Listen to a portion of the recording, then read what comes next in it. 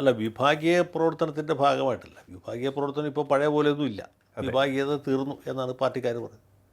അങ്ങനെ പൂർണ്ണമായിട്ട് തീർന്നു വെച്ചാൽ തീർന്നില്ല എന്ന് പറയേണ്ടവർ. ഏതായാലും വിഭാഗീയത ഇപ്പോൾ മാർക്സിസ്റ്റ് പാർട്ടിയെയോ ഇടതുപക്ഷ മുന്നണിയെയോ ബാധിക്കുന്ന ഒരു വലിയ രാഷ്ട്രീയ സമസ്യയായിട്ട് നിലനിൽക്കുന്നില്ല എന്നുള്ളത് സത്യമാണ്. അതേസമയത്ത് തന്നെ ജനങ്ങൾക്ക് എതിർപ്പടിയാൻ പറ്റില്ല. ഇടതുപക്ഷം അതിൻ്റെ ഒരു പ്രഖ്യാപിത മൂല്യങ്ങളിൽ നിന്ന് അകന്നു പോകുന്നു. ഇടതുപക്ഷത്തിൻ്റെ ധാർമ്മികതയ്ക്ക് നിരക്കാത്ത പ്രവൃത്തികൾ നടക്കും. ഇടതുപക്ഷ ഉയർത്തിപ്പിടിക്കുന്ന രാഷ്ട്രീയ സദാചാരത്തിന് ഒത്ത രീതിയിലല്ല കാര്യങ്ങൾ പോകുന്നത് എന്നൊരു തോന്നൽ ജനങ്ങളുടെ ഇടയിൽ, പ്രത്യേകിച്ച് പാർട്ടിയെ സ്നേഹിക്കുന്ന ആളുകളുടെ ഇടയിൽ, പാർട്ടി സഹയാത്രികരുടെ ഇടയിൽ ഉയർന്നു വന്നാൽ അതിൻ്റെ റിസൾട്ട് വ്യത്യാസമുണ്ടാവും. അത് ഒരു പ്രത്യേകത കോൺഗ്രസ്സുകാരുടെ വോട്ടുണ്ടോ ലീഗുകാരുടെ വോട്ടുണ്ടോ അല്ല ഇത്തവണ UDF ജയിക്കുക. UDFനെ ജയിപ്പിക്കുന്നത് സ്ഥലത്തെ അറിയപ്പെടുന്ന മാർക്സിസ്റ്റുകാരും അവരുടെ കുടുംബാംഗങ്ങളും ആയിരിക്കും എന്നുള്ളതാണ്. അത്തരത്തിൽ ഇപ്പോൾ നമ്മൾ നോക്കുമ്പോൾ ശ്രീ സച്ചിദാനന്ദനാണെങ്കിലും സാറ ജോസഫ് ആണെങ്കിലും അഭിപ്രായം പറയുകയാണ്. അങ്ങിപ്പോൾ പറഞ്ഞ അതേ രീതിയിൽ പറയുകയാണ്.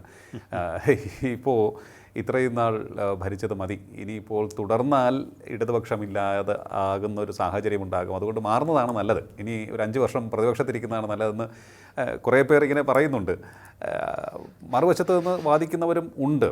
അപ്പോൾ മറുവശത്ത് നിൽക്കുന്നവർ പറയുന്നത് ഈ സർക്കാർ ഇടതുപക്ഷത്തിൻ്റെ നയത്തിൽ വ്യതിയാനം വരുത്തി എന്നുള്ള പറയുന്നവർ, ആക്ഷേപിക്കുന്നവർ ഒരു കാര്യം ഓർക്കുക, നിക്ഷേപം കൊണ്ടുവന്ന സർക്കാരാണ്, വികസനം കൊണ്ടുവന്ന സർക്കാരാണ്, ഒട്ടേറെ അടിസ്ഥാന സൗകര്യ വികസന പ്രവർത്തനങ്ങൾ കേരളത്തിൽ നടന്നു. കിഫ്ബിയുടെ തോളിലേറി കേരളം മറ്റൊരു വികസന പന്ഥാവിലേക്ക് ഉയർന്നുകൊണ്ടിരിക്കുകയാണ് എന്ന അഭിപ്രായം ഇടതുപക്ഷത്തിന് വേണ്ടി വാദിക്കുന്നവരും ഉന്നയിക്കുന്നുണ്ട്.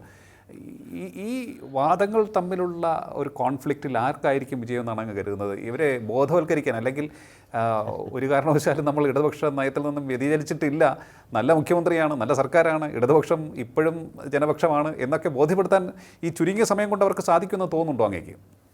അല്ല, ഇനിയിപ്പോൾ അതിനൊന്നും സമയമില്ല. ഇപ്പോൾ തെരഞ്ഞെടുപ്പ് ഒരു 10-12 ദിവസത്തിനകത്ത് പ്രഖ്യാപിക്കപ്പെട്ടേക്കാം. ഒരു മാസത്തിനും 1.5 മാസത്തിനുള്ളിൽ തെരഞ്ഞെടുപ്പ് തീരും. എങ്ങനെ പോയാലും മെയ് ഏപ്രിൽ അവസാനം അല്ലെങ്കിൽ മെയ് ആദ്യ വാരത്തിൽ പുതിയ നിയമസഭാ പ്രാബല്യത്തിൽ വരും. പിന്നെ അതിനെക്കുറിച്ചൊന്നും ചർച്ച ചെയ്ത് നമ്മൾ വെറുതെ സമയം കളയുന്നതിൽ കാര്യമില്ല. പാർട്ടി കഴിഞ്ഞ പാർലമെൻറ്റ് തെരഞ്ഞെടുപ്പിലുണ്ടായ തിരിച്ചടി, അതിനുശേഷം കഴിഞ്ഞ ലോക്കൽ ബോഡി ഇലക്ഷനിലുണ്ടായ തിരിച്ചടി.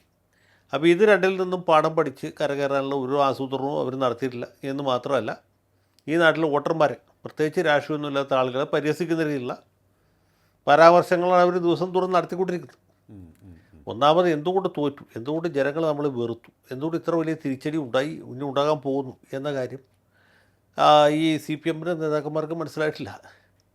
അവരിപ്പോഴും വിചാരിക്കുന്നത് ജനങ്ങൾ ഇവരെ വോട്ട് ചെയ്ത് ജയിപ്പിക്കാൻ തയ്യാറായി നിൽക്കുകയാണ് എന്നുള്ളതാണ്. പക്ഷേ യാഥാർത്ഥ്യം മറിച്ചാണ്. ജനങ്ങൾ ഏത് വഴിക്കും ഇവരെ പറഞ്ഞു വിട്ടേ തീരും എന്ന വാശിയിലാണ് അവർ മുന്നോട്ട് പോയിക്കൊണ്ടിരിക്കുന്നത്.